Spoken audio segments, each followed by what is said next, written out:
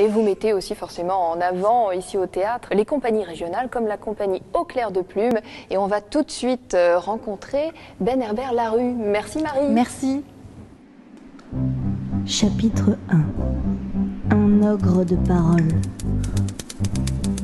Approchez, messieurs, dames. Esprit cousu du dehors. N'hésitez pas à coller votre œil curieux contre le Judas des portes imaginaires du circombrage. Fermez les yeux. Ouvrez grand les portes de la perception. Et que le spectacle commence. Bonjour Ben. Bonjour Stéphanie. Ben, pour commencer, j'aimerais que tu nous présentes ta compagnie Au Clair de Plume. Alors la compagnie Au Clair de Plume, c'est deux regards différents sur le spectacle.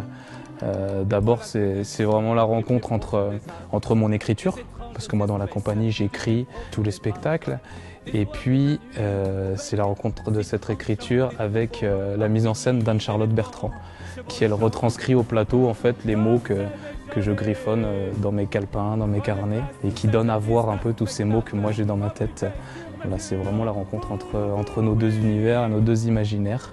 Et oui, on le sent d'ailleurs dans le nom même de la compagnie, Au Clair de Plume. Bon, ça fait penser au clair de la lune, mais plume comme l'écriture. Et j'aimerais tout de suite venir à la création qui va être présentée ici au Théâtre Charles Dulin, c'est Circombrage. Alors la caractéristique de cette création, c'est qu'elle est écrite sous forme de fable. Pour quelle raison ? En fait, ce spectacle, il est né d'un constat. Donc nous, comme tu dis, on est vraiment des amoureux de la lecture, de l'écriture, et puis on est des fervents défenseurs de ce petit espace hors du temps où on prend un bouquin et puis on commence à lire et on s'oublie un petit peu dans les fables.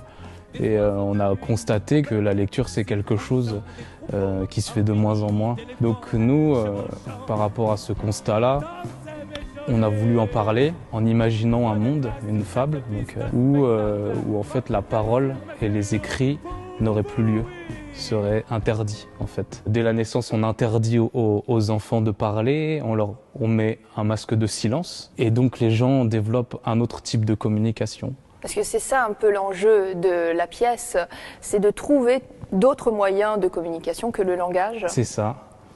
Et nous, c'est quelque chose qu'on avait envie depuis longtemps, en fait, de confronter vraiment le langage parlé avec le langage corporel. Donc oui, parce qu'il y a un contorsionniste, c'est ça, sur scène ? C'est ça, il y a donc quatre gens du corps. Donc on a une danseuse, deux acrobates et un contorsionniste qui fait du tissu aérien. Et toi sur scène, alors tu seras le personnage principal, Marcus, tu peux nous en parler un petit peu plus ? Alors dans cette société, dans ce monde où la parole n'a plus lieu, il y a une dernière personne qui parle, que moi je joue, qui est ce fameux Marcus Ombrelli. Et donc lui, il est complètement oublié du monde. Il survit en fait dans une ancienne imprimerie, une imprimerie qui ne fonctionne plus depuis le jour où on a interdit à la parole et aux écrits de s'exprimer librement. Donc il est dans une espèce d'imprimerie complètement délabrée comme ça. Et lui, en tant que dernier garant de la parole, il a ce poids un peu sur les épaules de devoir parler et raconter et inventer sans cesse. J'aimerais qu'on parle aussi de ton parcours artistique. Alors tu viens d'où, Ben ?